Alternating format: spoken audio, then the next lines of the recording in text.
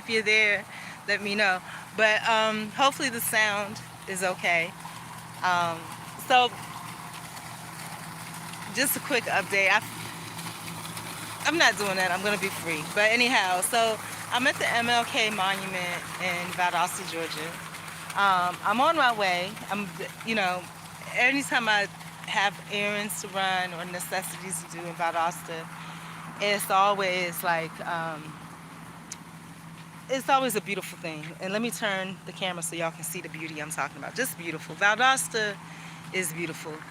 This MLK Monument is off of Ashley Street and MLK in near um, downtown Valdosta.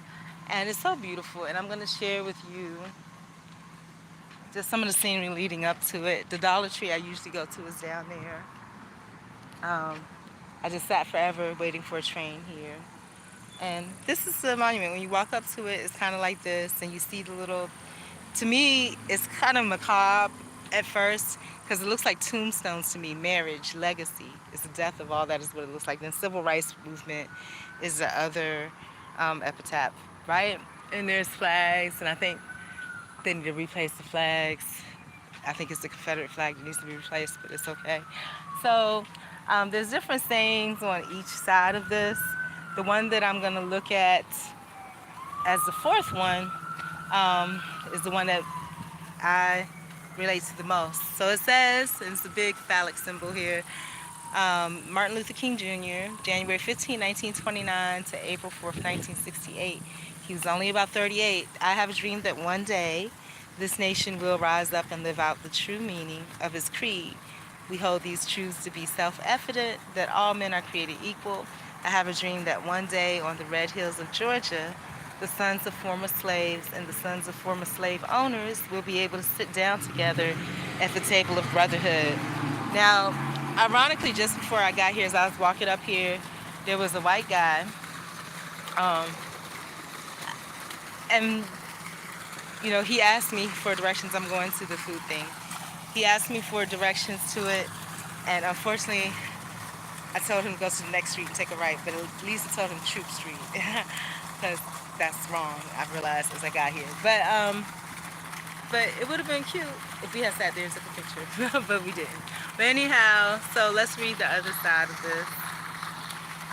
It says, when we allow freedom to ring, when we allow it to ring from every village and every hamlet, from every state and every city, we will be able to speed up that day when all of God's children, black men and white men, Jews and Gentiles, Protestants and Catholics, will be able to join hands and sing in the words of the old Negro spiritual, free at last, thank God Almighty, we are free at last. What that makes me think of is that Bible verse. Y'all know the last couple months I've been canvassing churches. I'm still sick, by the way. Not as sick, but still sick. But I need to get these social services. But one of the Bible verses talks about how, we're not supposed to divide the church, and that's what this reminds me of. Now, this, I'm going to save the best for last. We're going to come back to this one. This is my favorite one. But this is another one that says, and this be the day, this will be, and this will be the day when all of God's children will be able to sing with new meaning. My country 'tis of thee, sweet land of liberty, of thee I sing. Land where my father side, land of the pilgrims cried from every mountainside, let freedom ring. Now, all of that's, kind of wrote, but this one is what moves me. It says, there is something that I must say to my people who stand on the warm threshold which leads into the palace of justice.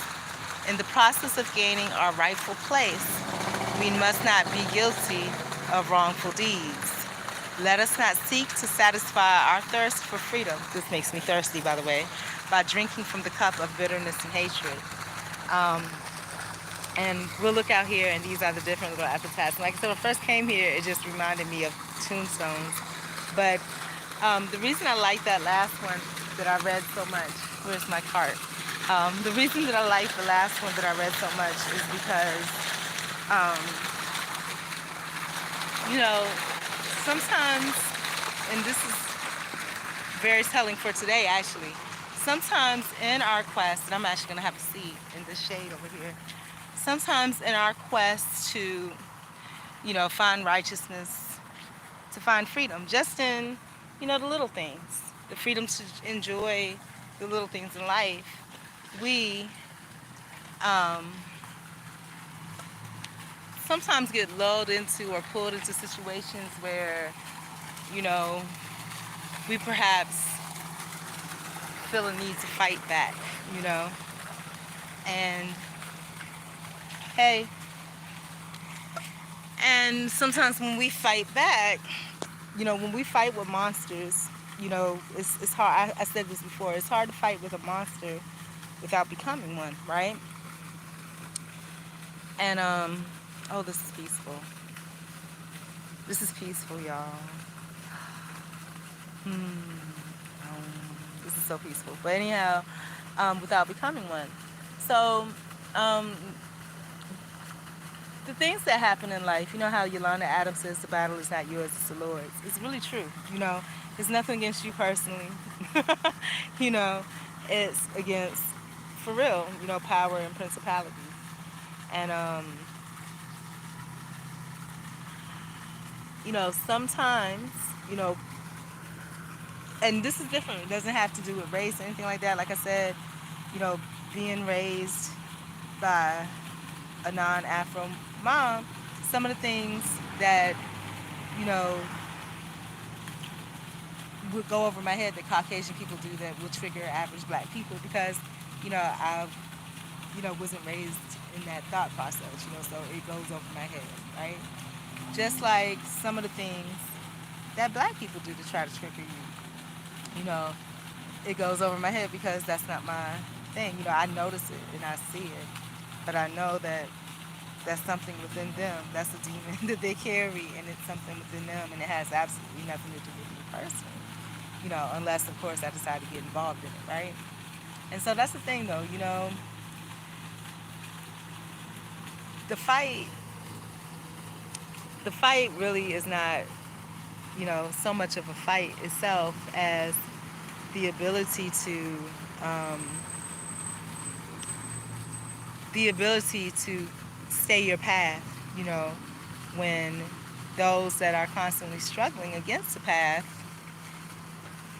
are trying to pull you off that path so that you can struggle with them. But there's no need to. Just go with the flow. Let let what happens happens. But anyhow, I'm gonna go, and I'm always super thirsty. I don't have, y'all know I don't have any money.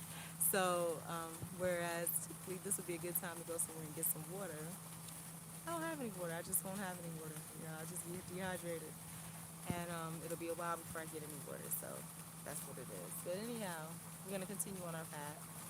When we get to where we're going, until it's time. What is this, y'all? I want y'all to see this. This is crazy. You see these green things?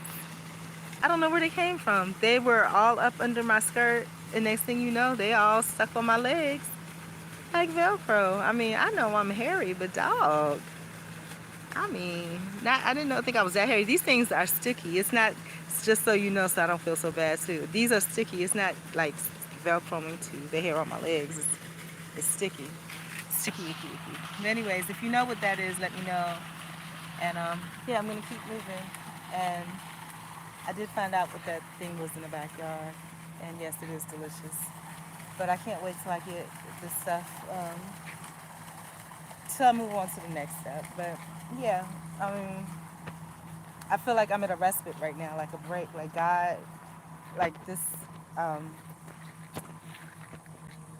this slow down as far as sick. I was up all night coughing, by the way. I was good yesterday. Like, I really, really felt like I was okay, except for a little bit sick. But last night I was up coughing all night long. I think it's something with, your sinuses draining or whatever.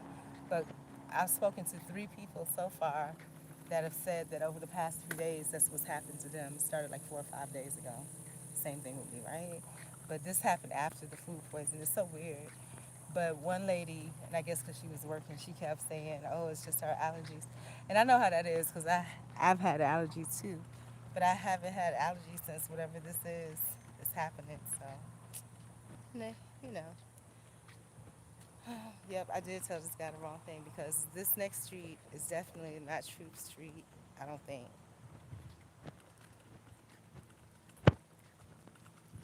No, it's definitely not. So he has to go down a couple of streets. And I messed him up. I'm so sorry. But I think he caught it because I told him the name of the street. Troop Street is the street he needs to be on. But anyways, I'm out.